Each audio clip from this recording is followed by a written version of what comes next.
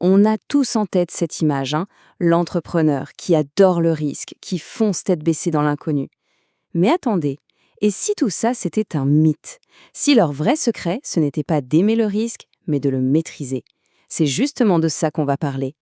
Du coup, la question qu'on doit se poser, c'est celle-là. Les entrepreneurs, est-ce que ce sont vraiment des têtes brûlées? Eh bien, la réponse, elle est assez surprenante. Et elle pourrait bien changer complètement la façon dont on voit la réussite et l'échec. Alors, la réponse, c'est non. Un grand non même. Oubliez le mythe. Les entrepreneurs qui cartonnent, en fait, ils ne cherchent pas le risque. Non, ils sont passés maîtres dans l'art de le contrôler. Et le plus fou, c'est que ce n'est pas inné, hein, c'est une vraie compétence. Ça s'apprend. D'ailleurs, ça porte un nom. Et c'est ce qui nous amène à notre première partie. On va parler de l'art de l'effectuation. Un nom un peu barbare, peut-être, mais c'est une méthode incroyable pour avancer quand on est dans le brouillard. Alors, l'effectuation, qu'est-ce que c'est concrètement? En fait, c'est une façon de faire, une logique d'action qui est parfaite pour prendre des décisions quand on ne sait pas du tout ce que l'avenir nous réserve. L'idée, c'est de laisser tomber la boule de cristal. Au lieu d'essayer de deviner le futur, on le construit petit à petit avec ce qu'on a sous la main. Ok, mais comment ça marche en pratique? Le plus intéressant, c'est que ça repose sur des principes super simples. Le premier, c'est la perte acceptable. En gros, ça veut dire je ne mets jamais en jeu plus que ce que je peux me permettre de perdre. C'est la règle d'or. Le deuxième principe, c'est la co-création. L'idée, c'est de ne pas y aller seul. On bosse avec d'autres, on met les ressources en commun et du coup, on partage le risque. Et ça nous amène tout droit à notre deuxième partie, voir l'échec comme un tremplin.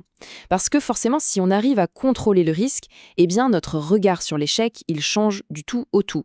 Ce n'est plus la fin du monde, ça devient une info super précieuse comme on va le voir. Voilà une phrase qui est forte quand même. J'ai foiré plus de boîtes que j'en ai réussi. L'admettre, c'est déjà un pas de géant. Comprendre que le chemin d'un entrepreneur, c'est plein d'échecs, ça aide à tout dédramatiser. En fait, l'échec, ce n'est pas l'exception, c'est la règle du jeu. Et c'est là qu'est tout le paradoxe. C'est vraiment ça le truc. Chaque projet qui n'a pas marché, ce n'est pas du temps perdu, pas du tout. C'est une brique, c'est une leçon. C'est ce qui va construire petit à petit les fondations solides de ce qui marchera plus tard. Cette métaphore des cahiers, elle est géniale pour illustrer ça. Imaginez un instant, des piles de carnets, remplis à ras-bord d'idées, de projets, de rêves. Bon, soyons honnêtes, la plupart de ces idées ne verront jamais le jour. Et vous savez quoi? Ce n'est pas grave du tout. En fait, on a deux catégories d'idées.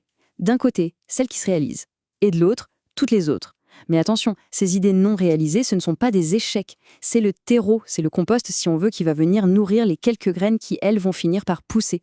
Sans tout ce volume, sans toutes ces tentatives, il n'y aurait tout simplement aucune réussite. On attaque notre troisième partie, tester, apprendre et recommencer. C'est un peu le mantra. Alors concrètement, comment on applique cette philosophie dans la vie de tous les jours? Eh bien, tout part d'un changement de regard sur ce qu'est un projet. Et voilà, on touche au cœur du sujet. Il faut absolument sortir de cette vision binaire, ce truc du tout ou rien, où un projet c'est soit une réussite éclatante, soit un échec total.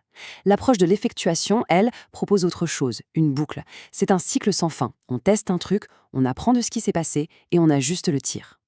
Du coup, un projet, ce n'est plus un énorme bloc monolithique. Non, ça devient une série de petites actions, de petites expériences. On teste un truc, mais à toute petite échelle, hein. L'important, c'est de s'assurer que si ça foire, le coût est minime, supportable. C'est notre fameux principe de perte acceptable.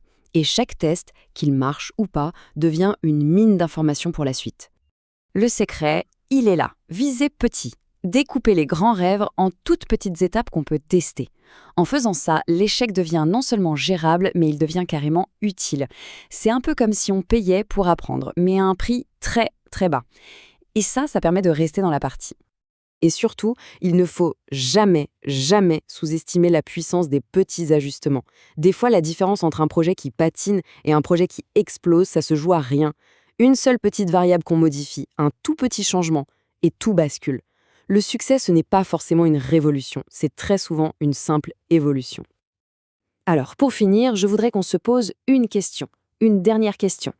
Et si le prochain échec, ce n'était pas un mur infranchissable, mais plutôt la clé qui ouvre la porte de la réussite? Si, au lieu d'en avoir peur, on commençait à le voir comme ça, comme la pièce qui manquait au puzzle, pour enfin tout comprendre.